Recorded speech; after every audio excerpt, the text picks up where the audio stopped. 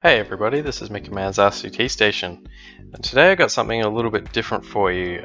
So we're actually going to be sitting down and building an entire roller coaster from scratch in real time. Over the last few weeks I have actually released a few videos of myself building a roller coaster, then fast forwarding the footage into a time lapse. But I got a few comments from people saying it might be a bit more useful for them if I kind of just take my time and do this in real time. Which might help people get a bit more understanding of, going about building a custom roller coaster, or they can understand my process anyway. So the map that we've got here is Trinity Islands, which is one of the original RCT scenarios. I've actually completed the objective already, but what we're going to be doing is basically rebuilding one of the coasters that was already here. So let's go ahead. So the first thing I like to do is get the station all set up, and I usually like to put this as close as possible to the main path, just to reduce the amount of pathing that you need. That can help with cost, but also aesthetics. Another useful thing that I would recommend you do is, I want that to go down, is get your entrance and exit and your queue line all basically set up from the get-go, because when you're building compact designs, sometimes you might find that you build a roller coaster that looks really good, but when it comes time to building your entrance, exit, and queue path, that you have nowhere to put it. That's caught me out on a number of occasions. So I find that if you build the entrance, exit, and queue line first, then you can save yourself a bit of a hassle there. So what we're going to be doing first is your lift hill. Now the great thing about the Steel Mini Coaster, which is the same as the Junior roller coaster in RCT2 and RCT Classic, is the curved lift hill. So curved lift hills can be great in helping build a compact design. So what we're going to be doing is our first drop here. Now I like to build lots of curved drops on my Steel Mini Coasters. So we'll go down there. We're starting at 19 feet or meters or whatever unit you want to call it. So we'll just go back up to 16 here. Now we could put these long, or these large corners, but tight turns should be fine. It's not going to be going too fast up here. Then we're going to have a steep drop. Now steep pieces, I don't know if you've got access to in Roller Coaster Tycoon Classic, but I think you do in RCT2. But if you don't, you might not be able to perfectly replicate the coaster, but you should get pretty close. So from here we could do another steep bit, but I don't want to have too big a drop, so we're just going to go another large curved drop like that. That's also at 16, but I'm pretty sure that should be able to carry through. Same with here, we're going to go back up to 16. It's going to be going a little slow through here, but should still make it. What I really want to do is a nice curved element there through the lift hill. Yeah, there we go, down to the water. Yeah, I like the look of that.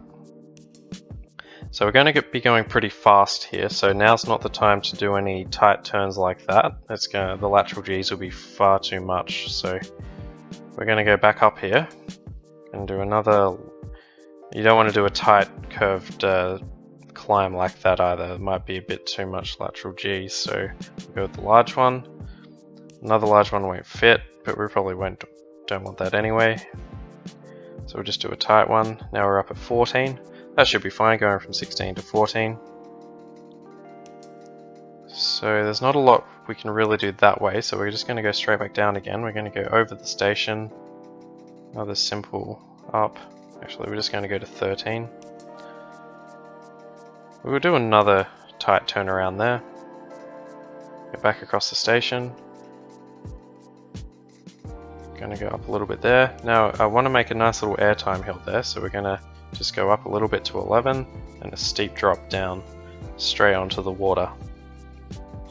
Now building directly on the water like this, I don't know, I'm a bit of a sucker for realism, so building something like this in reality wouldn't be very sensible, because as soon as the water level rises, it's going to flood that part of the coaster, but anyway, it's a game. So here we could do this, where we do do a curved drop back into the water, but I think that might be a bit too tight there, so we'll, at 11 we'll just do a tight turn there, then maybe, I think this should work. Yeah, we'll go back under it this way. So we could go complete the coaster like that and bring it back to the platform, but I think it's still going to be carrying a fair bit of speed, so I think we can do this one more time. Now this time we can do the curved drop back onto the water. Now this is going to be kind of tight through here, getting it back to the platform, but I think we can do it. So that's too much. That's not going to fit. So instead of going straight to a curved bit, we're just going to do a gentle slope there, just a single piece, and then we'll do the curved hill. Back up to 10. Should be able to get a tight piece there. Might not be able to go back down straight away now with the coaster, so we'll just put one flat bit, then we'll go back down to 8. Now we could actually finish the coaster off just like that. There would be nothing wrong with that at all, but I'm going to put one more little bit to it just to fill this area up a little bit. So we're going to go up to 10 just to make sure there's enough space for the track to finish there. We'll do one more bit like that. Then we're going to have to do 2 tight pieces. So we can't go down like that because the coaster's in the way. So we'll use that piece of the junior coaster, or the Steel Mini Coaster in the original, where you can go from flat to steep in one piece, which is really useful. Then we're back down to 7, and then we can finish it off just like that. Perfect. Now I'm going to change the number of cars per train to 4.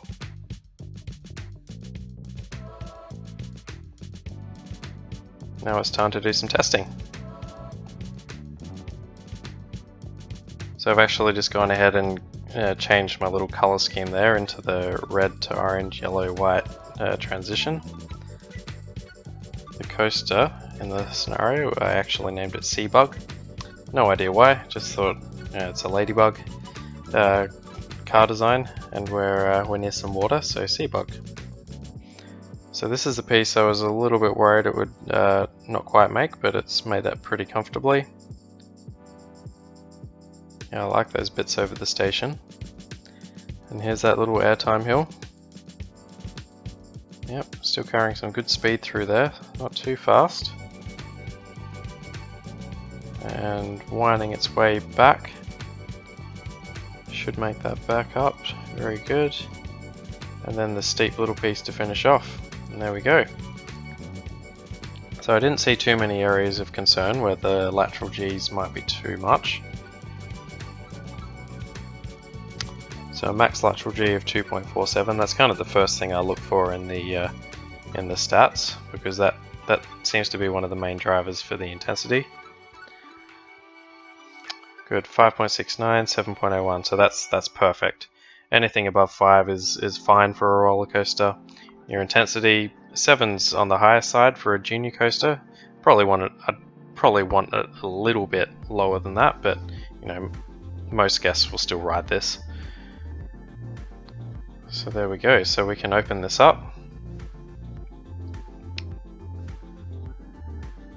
And then we'll do a ride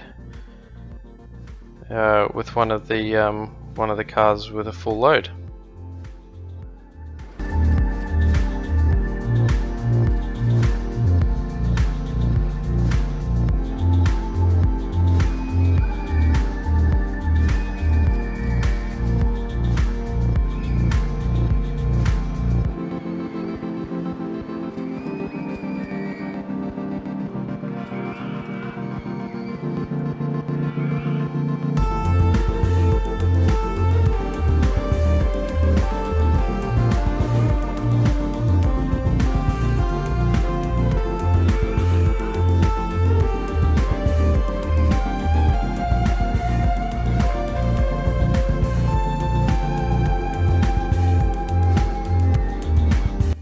And that's pretty much it. Thanks very much for watching. I hope you enjoyed this style of kind of build along, as opposed to just watching me build a coaster fast forwarded like I've been doing previously. Let me know in the comments below what you think. Yeah, that's pretty much it for me. Make sure to subscribe if you'd like to see more Roller Coaster Tycoon content from me. But that's it for now. Thanks very much for watching, and we'll see you guys next time.